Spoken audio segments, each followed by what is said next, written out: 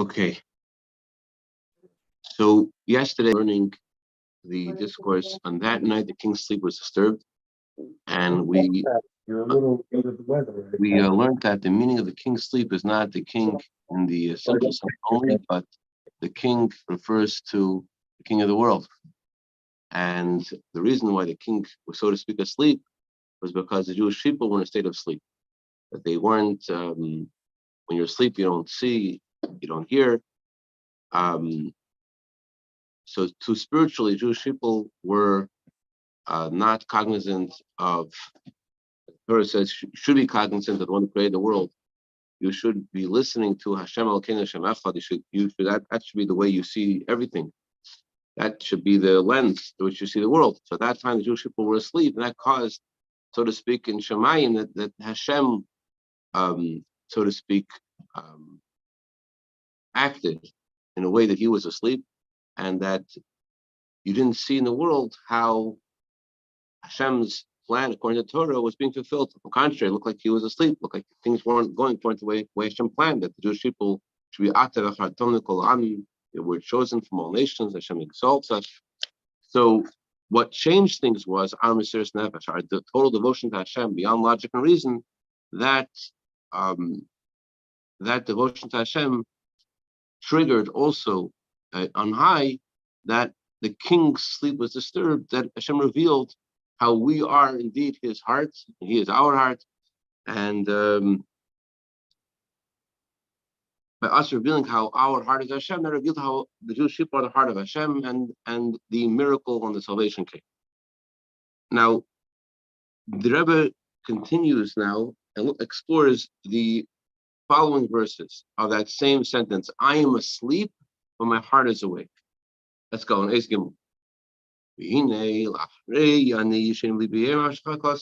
After the verse says, I am asleep, but my heart is awake, the Torah continues in Song of Songs and says like this: the voice of my beloved is knocking and saying, please open up for me, my sister, my bride, my dove, my complete one.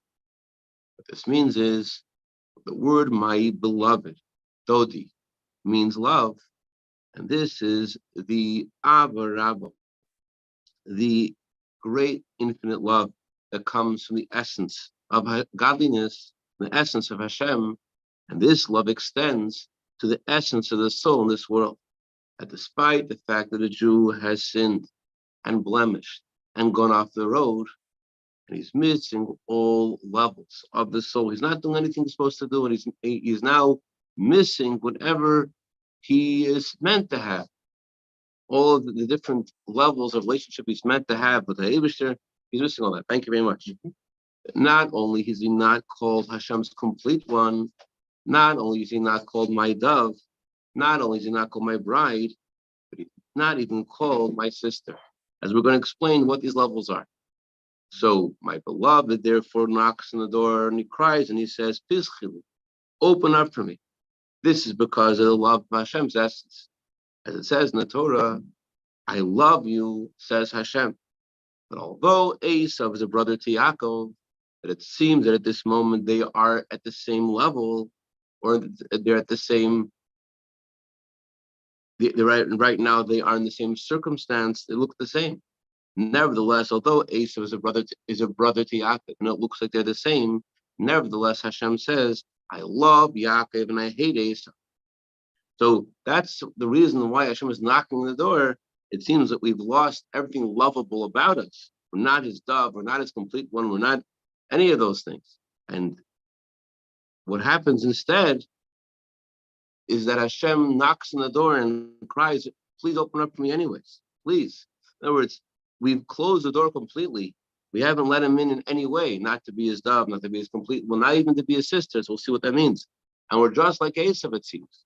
And Hashem says, I just want you to open up for me. I love you anyways, and I want you to open up. So the verse continues and says, when the voice of my beloved knocks, he asks, please open up for me. What's the meaning of open up for me? The Talmud says, Hashem is saying, open up for me the size of a needle, and I will open up for you the size of the entrance of the Ulam, which was a huge entrance in the temple. So there's two different texts in the Talmud, in Hashem's statement. One text reads, open up for me like the hole that's in the needle. Hashem says, I want you to open up for me the same width and length as the hole that's in the needle that allows these threads to go through it. But the text that's brought in Hasidic discourses is open up for me, open up for me the same size, not as the hole that's in the needle, but open up for me the size of the point of the needle. The difference between the hole that's in the needle and the point of the needle is that the hole that's in the needle has some kind of an area. Because this thread has to go through that hole, so despite the fact the thread is very small and very thin, yet there's still some area that's needed that for the needle to have in order for the thread to go through it. But the point of the needle has no area whatsoever. The needle, the body of the needle gets smaller and smaller until it reaches the end of the needle, where there, all there is a point. It's like a geometric point. There's nothing smaller than this point. The next step after this size is 0. So that's the reason why the point of the needle emphasizes and highlights the idea of Mesiras Nefesh, of total devotion to Hashem. There's no area, there's no sense of hisrachus. There's no sense of I will use the word comfort. There's no sense of, it's not comfortable. It's not in any way, the idea of the area means there's something that you could, stand on in some way. The point is that there's nothing to stand on. Ev explains. There's no explanation and understanding in the intelligence that's in the mind. There's no explanation in the feelings in the heart. There's no explanation whatsoever. Rather, all there is a point without any length, without any depth, without any width. This means the idea of the point of the needle is that there's a total devotion. He gives himself completely over without any sense of espashtus, without any sense of self. It's just all there is devotion to him without any sense of self. Espashtus means literally to spread. So maybe like we were learning earlier on this week about how our faith in Hashem has to spread and envelop the way we think, the way we feel. So let's talk about before it extends anywhere. We were learning the discourse this week how the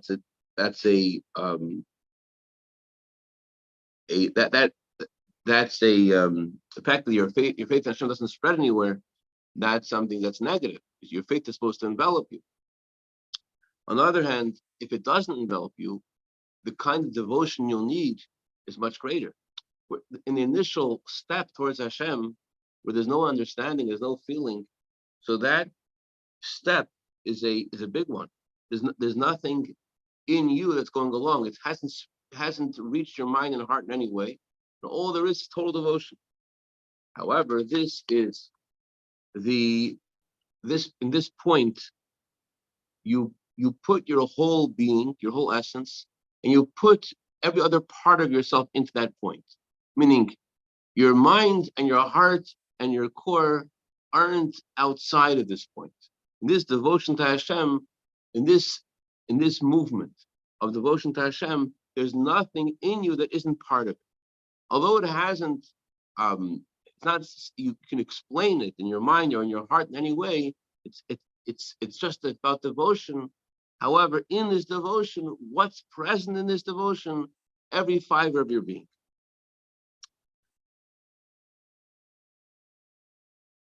You could have a scenario where you're devoted because it makes sense. You're devoted because you love. But in this initial step where Hashem says, open up for me like the point of a needle, he's asking the Jew to turn to him without anything that the Jew has to turn. All he has to turn is his very core. But despite the fact that he's just turning with his very essence of this very core, and it's not about his heart and mind, yet the whole person turns. I don't know if this is so relevant, but I'm thinking of the story of the Tzemach Tzedek, where the Alter Rebbe is asking the Tzemach Tzedek, where is grandfather?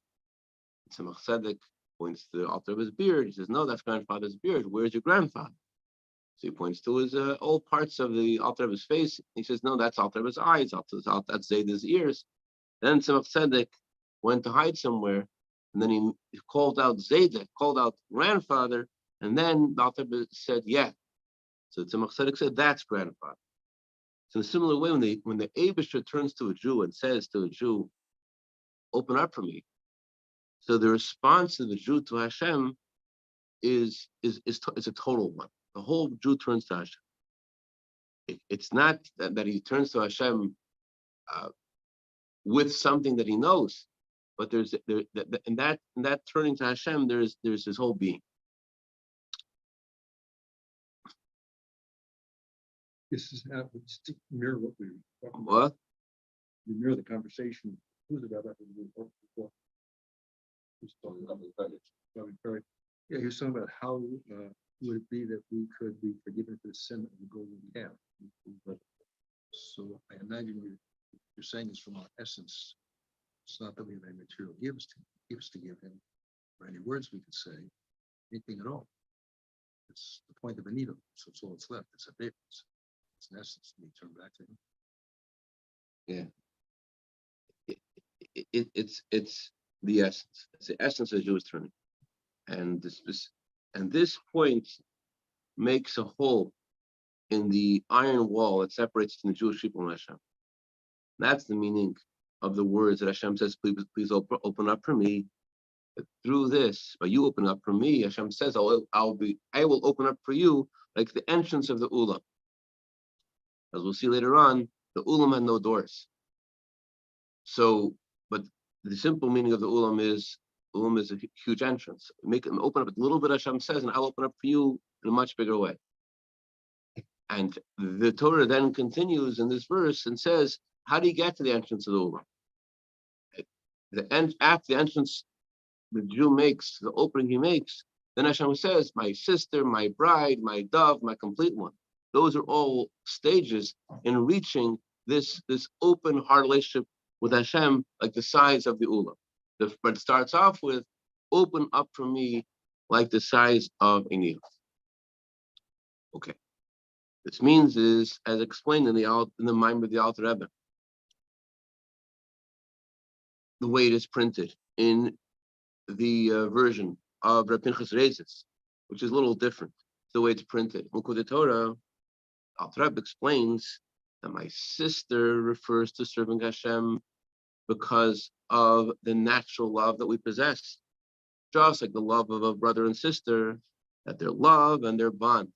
The word sister in Hebrew also comes from the word a knot, a certain kind of knot, a powerful knot. So the love of a brother and sister for each other is not something that needs an explanation. It's not something that needs to be understood, not something that needs to be proven, but this is something that's natural.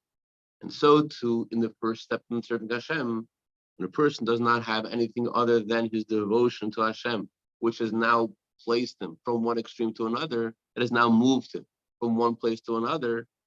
So he has to start from the very lowest of places.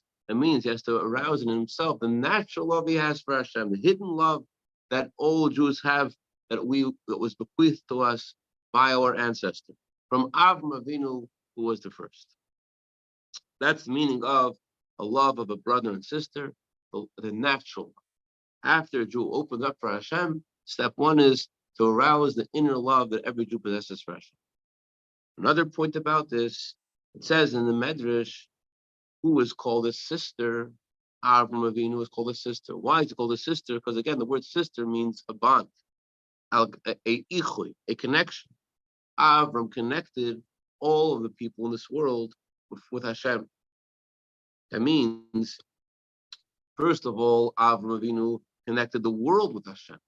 As the Torah says, Avram Avinu called out in the name of Hashem, Kel Olam. Literally, those words are not God of the world, but God world. That means that the way that Avram connected the world with godliness was not that the world is in one place and Hashem is the God of the world. Rather, it's in a way of God world, which means that the entire being of the world, the whole existence of the world, is the godliness that's in it. That's what Avram Avinu, he revealed to people. That's the way he behaved. That's the way what he achieved. He revealed in the world how the world is not a separate entity, and rather godliness is the real reality of the world. As Chassidus explains in Shayuch Muna and in other discourses in Chassidus, it's explained at more length that without the power of Hashem in creation, it means that if it would, the energy of Hashem would depart from the heavens and the earth, the word of Hashem that's animating and creating them, if it would depart, the Torah says that the word of Hashem is what makes the heavens, and with the spirit of Hashem's lips, all the hosts of heavens are created. So if that word would depart from them, the heavens and earth would stop to exist, and they would be in the same state as they were before creation. So this understood that every moment there has to be a renewal of creation. As it says in what we say in our prayers, that Hashem renews with his goodness every day, constantly creation. When it said, although the words in our prayers are he renews every day, but Shulchan Aruch says that's only because it's more noticeable how Hashem creates the world every day. But really, creation happens every single moment. So the words of Hashem have to be here in order for the creation to exist. And if the words of Hashem would depart, the creation would stop to exist. Rebbe now goes into a deeper analysis into the same statement. Thank you, Rabbi Zalmi Shem Tov, for giving me some insight in the next part of the discourse. Rebbe goes into discussing the verse, everything that Hashem wants, he created. The creation of the world comes from the desire of Hashem. It's the true existence of creation is from Hashem's desire. There's a difference between desire and other soul powers. All other soul powers, they are a thing. They're not the soul itself. They're a tool the soul uses. And therefore, their impact is in a way that whatever they create remains and exists. Like, for example, when you discover a new idea, after you have stopped working on this idea, your novel achievement is still there. You still now know something new. And so too with the feelings in your heart. When you express love or the opposite, when you do kindness to someone, not just you do an act of kindness, but just the very fact that you feel love for someone, you give them in a way that they feel your love. So even though you're not showing that love anymore, you've gone, they're not around you anymore, but that feeling that they have stays with them the whole day. So that's because love is a thing, kindness is a thing, and therefore when it affects, it stays. But desire is not an entity for itself. What is desire? Desire is the movement of the soul, and therefore it cannot create something to exist independently of desire. Just like desire is not all other soul powers are a thing, and when they stop working, there's still something that they've created, something that they've done. Desire is not a thing. Desire means the soul is drawn to something. When we say the soul desires, what that means is the nefesh tzitzich. The nefesh is drawn somewhere. Therefore, desire does not cause there to, just like desire isn't a thing, desire doesn't create anything. As long as the desire, you have a desire for something, so then the desire triggers something to happen. But once the desire stops, that thing stops to exist. Just like when you stop desiring something, your soul is no longer drawn in that direction. So too, your desire motivated your motivated you to learn something. You wanted to learn a certain subject or a certain you're interested in the subject.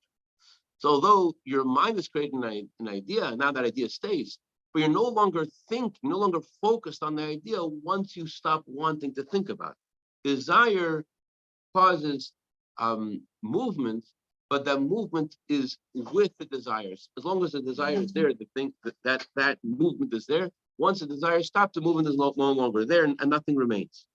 Desire isn't a thing; it's a soul itself being drawn somewhere, and therefore, what desire does is also doesn't cause there to be a separate entity to exist. And so too, regarding Hashem's desire for creation, that the physical existence comes from the desire of Hashem, and so with the removal of Hashem's desire for creation, there is no entity of creation. Hashem will go a little more into it tomorrow. We continue.